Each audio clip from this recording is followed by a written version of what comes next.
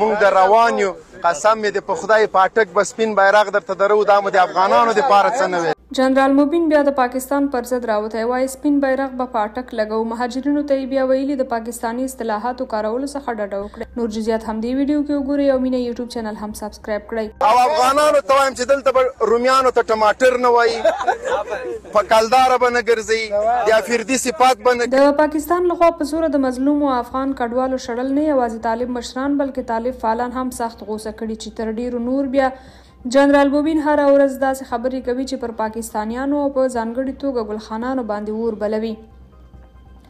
جنرال موبین په یوه تازه ویډیو کې پاکستان ته ویلي چې تر اټک پورې خو هسې هم د افغانانو خاوره ده. تر اوسه مو ځکه څه نه ویل چې هلته مو افغانان میشت وه. وروسته له دې به ګورو او راتلونکي کې به سپین بیرغ د اټک په پول لګوو ځکه چې له امو تر اباسینه یوه خاوره یوه وینه ده.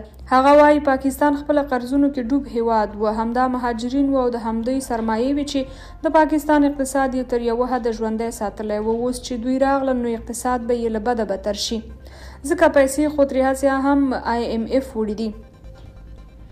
جنرال موبین بیا د پیغور په ډول وایي چې د پاکستان اتوم بم سیلاب وړی، پیسې هم نه لري او افغان مهاجرین هم راغلل، اوس نو خپل هیواد څنګه چلوي. جنرال موبین همداراز پاکستان ته د اسرائیلو خطاب کړی او ویلي دي چې پاکستان افغان کډوالو سره هغه ډول ظلمونه کوي چې اسرائیلیان یې پر فلسطینیانو نه کوي. هغه له افغان مهاجرینو څخه غوښتي چې افغانستان ته پر راتګ سره باید یو شمېر پاکستاني اصطلاحات چې دی یې ونه کاروي لکه سکول جی او داسې نور، او همداراز د افریدي په ګډون د پاکستان تش په نوم اتلانو ستاینې دې هم نه کوي. درنو کتونکو، تاسو د جنرال موبین د دې خبرو او نظر په اړه څه نظریات لرئ؟ تاسو مو هم خپل نظرونه راسره په کمنټونو کې ولیکئ او د نورو معلوماتو لپاره مینه یوټیوب چینل هم سبسکرایب کړئ.